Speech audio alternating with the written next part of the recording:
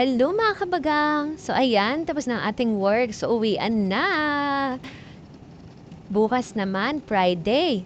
Napakasaya kasi pag tuwing Friday, half day lang kami, o 'di ba? So ayan, tingnan mo naman ang aming dinadaanan sa araw-araw, disyerto, pero wag ka, disyerto yan. Tingnan mo naman ang mga bahay, aba, mansyon kung mansyon, palaki yan talaga ng mga bahay dito sa Abu Dhabi. Ganyan sila kayaman, 'di ba, bongga?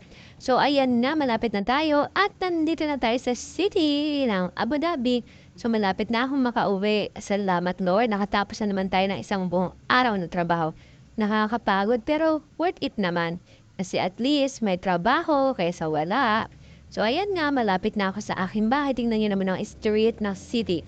Marami ang mga sasakyan. At pagkatapos naman, pagka-uwi ko, ayan, may merienda tayo. Binigyan ng ating ka-work. O di ba, may pasta at may pakok pa. So after ko naman kumain ng merienda, syempre, magluluto naman tayo ng ating ulam na pambaon para bukas sa ating work. Siyempre, kailangan magluto na ako ngayon para dire-diretso ang ating pahinga. So, tignan nyo. Ayan na. O, diba? Hiniwa-hiwa ko ng ating mga ingredients, ang bawang, sibuyas. Grabe nga, yung mata ko dyan, nakakaiyak talaga. Bakit na lang ako laging pinapaiyak ng sibuyas na to, o, diba? So, ayan nga mga kabaga, ipiprepare ko ng ating mga gagamitin sa ating menu. Ang ating baon nga pala ay adobo. Adobo na bawal. Alam niyo na kung ano yun, o, diba? So, ayan na, nakaprepare na ang ating mga ingredients sa ating lutuin, o, diba? So, after natin niya i-prepare, syempre, igigisa na natin. Ayan, tinagsama-sama ko na lahat sila dyan. Bahala na sila magluto, kaya na nila sarili nila, o, diba?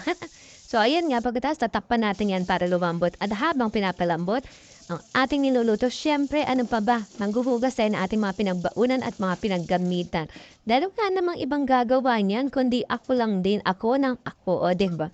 So, dito sa abroad, wala kang ibang asahan kundi sarili mo. Kaya kung tamad-tamad ka, ay nakaw, magugutom ka dito dahil hindi ka naman pwedeng laging bibili sa labas dahil bukod sa mahal, syempre, iba pa rin yung lutong bahay. Makakatipid ka na at sigurado ka pang malinis ang iyong niluluto, o, diba? So, ayan mga kabagang, samahan niyo kung manghugas.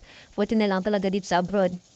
1 to sawa ka sa tubig, o, diba? So, ayan na nga, nilagay na natin ang ating, alam niyo na, bahala na kayo kung ano sabihin dyan, o, diba? So, ayan, pinatuyo na natin, luto na, kain na tayo!